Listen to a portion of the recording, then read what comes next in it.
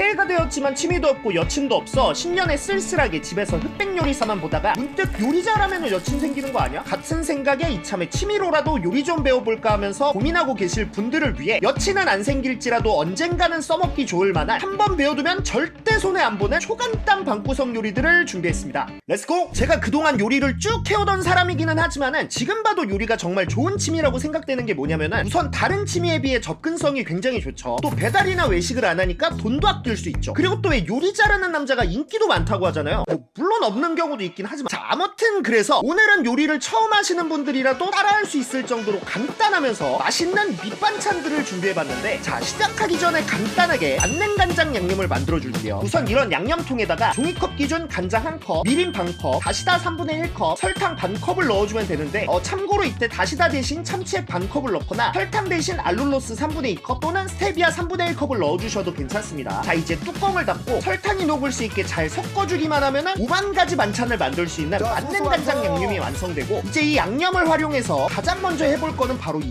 새송이버섯 조림으로 우선 새송이버섯의 아래쪽이랑 갓을 잘라 깔끔하게 만들어줄 건데, 이때 잘려나간 짜투리는 다른 요리에 사용해주도록 하겠습니다. 자, 이제 가열한 프라이팬에 식용유를 두른 다음 버섯을 넣고 나서 앞뒤로 노릇한 색이 나올 만큼 잘 구워주다가 물 1컵, 간장 양념 반컵을 넣고 버섯에 간이 잘 배어들 만큼 쫄아들었으면 이제 보관 용기에 담고 나서 한 김 식혀뒀다가 냉장 보관해주시면 되는데, 드실 때에는 먹을 만큼 딱 꺼내서 전자레인지에 돌려준 뒤 먹기 좋게 잘라서 드시면 되고, 자, 그리고 다음으로 바로 만들어 볼 거는 이 소세지 야채볶음인데, 우선 프라이팬에 식용유를 둘러준 뒤 양파 반개, 그리고 아까 잘라놨던 버섯 짜투리, 비엔나 소세지 500g을 넣고 잘 볶아주다가 간장 양념 4스푼, 후추를 후추추추추추 청양고추랑 참기름 둘러 살짝만 더 볶아주면은 이렇게 간장 소야가 완성되고, 뭐 여기다가 케찹만 추가해주면은 케찹 소야라도 먹을 수 있지만은 그거는 이제 취향껏 드시면 되겠죠. 참고로 저는 간장파입니다. 자, 그리고 이거는 진짜 일본 컷신 요리라서 원래는 잘 안 알려드리려고 했었던 건데, 간장 양념 1컵, 물 1컵, 고춧가루 2스푼을 넣고 나서 전자레인지에 1분 돌려주겠습니다. 자, 그런 다음 다진 마늘 쬐끔, 대파 적당히 잘라 넣고 참기름 3바퀴랑 참깨를 깨깨깨깨깨 뿌려 잘 섞어주고 나서 보관 용기에 순두부 2개 넣고 방금 만든 양념을 그대로 뿌려주기만 하면은 순식간에 순두부장이 완성되는데, 이거는 뭐 바로 드셔도 맛있지만은 냉장 보관했다가 드시면은 훨씬 더 맛있습니다. 자, 이렇게 간장 양념을 활용해서 순식간에 반찬 3가지를 만들어봤는데, 먼저 새송이버섯 조림부터 보면은 네, 촉촉한 거 보이시죠?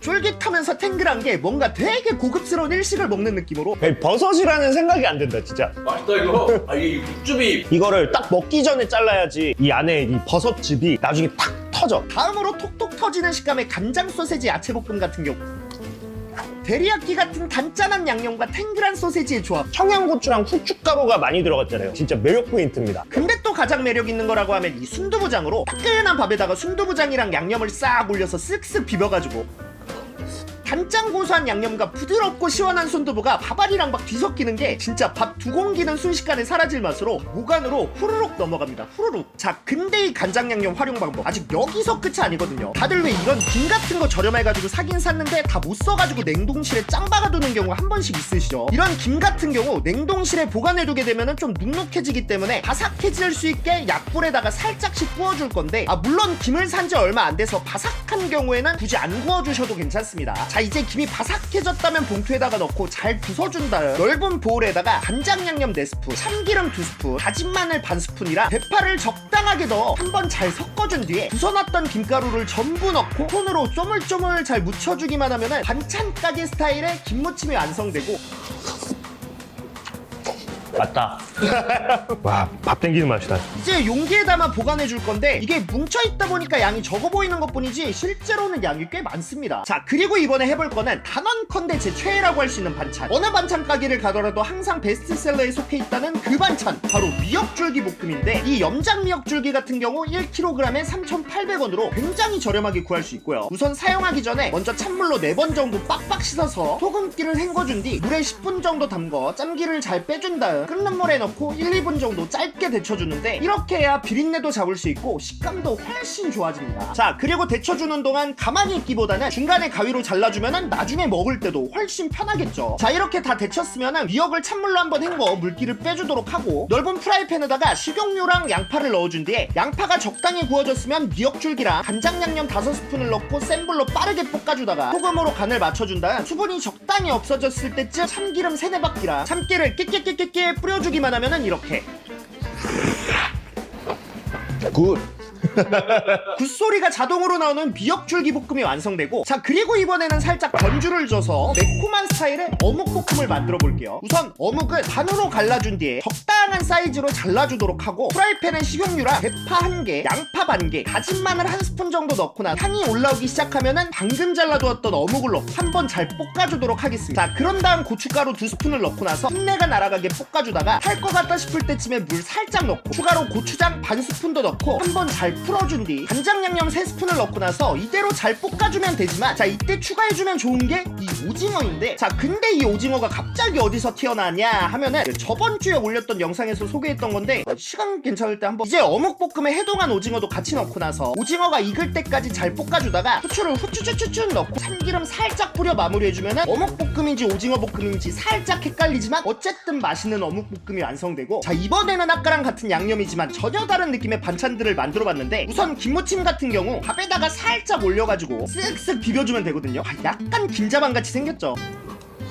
근데 맛은 김자반보다 훨씬 좋아요. 김자반은 다른 반찬이 필요한 맛이라고 하면은 이거는 다른 반찬이 필요가 없는 맛. 자, 그 다음으로 제 최애 반찬 이 미역줄기 볶음 같은 경우 비린맛 하나 없고 꼬들꼬들한 게 입에서 착착 감기는데 겁나 중독되는 맛입니다.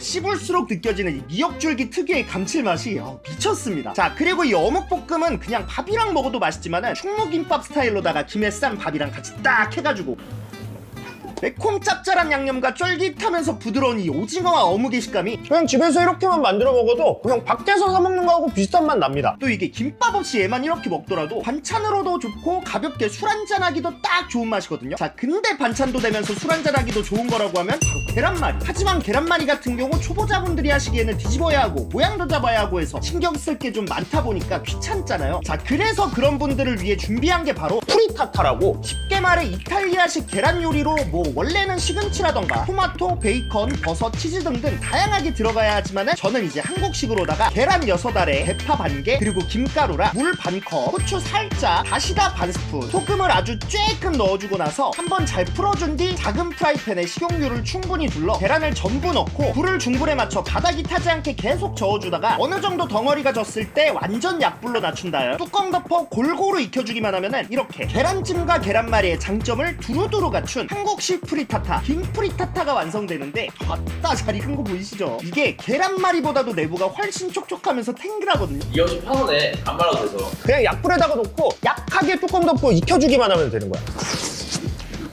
합격.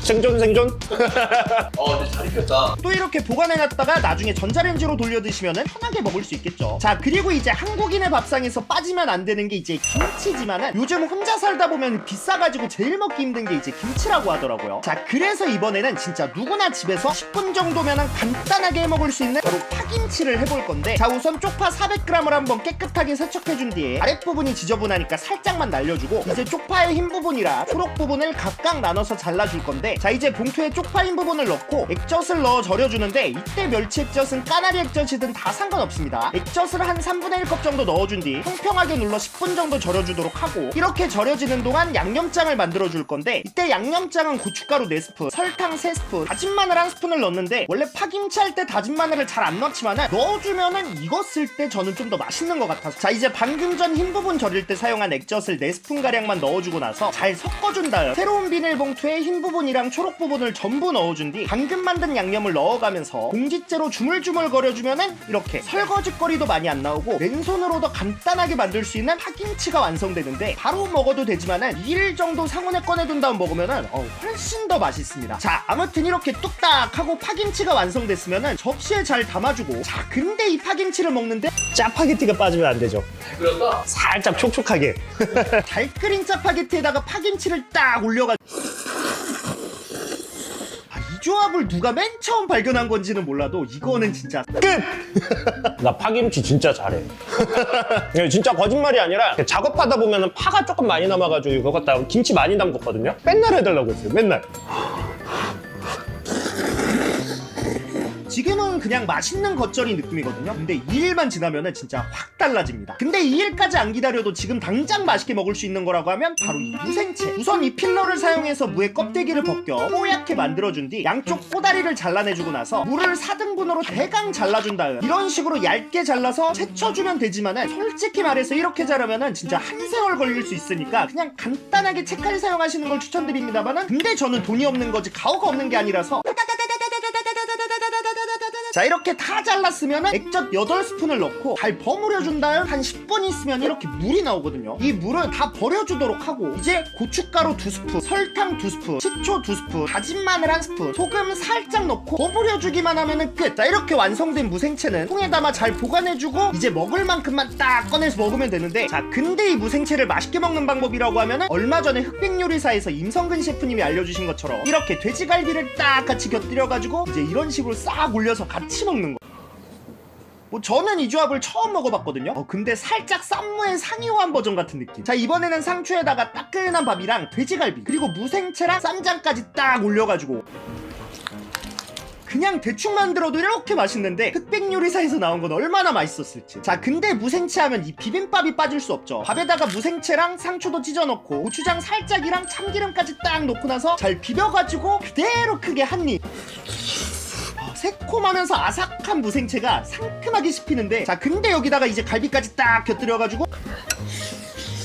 이거는 진짜 맛이 없을 수가 없는 조합입니다. 자 이렇게 오늘 간단하면서 저렴하게 만들 수 있는 밥 반찬들을 만들어봤는데 처음 하시는 분들도 충분히 할 수 있는 레벨이니까 꼭 한번 해보시길 바라면서 이번 영상 마무리하도록 하겠습니다. 그럼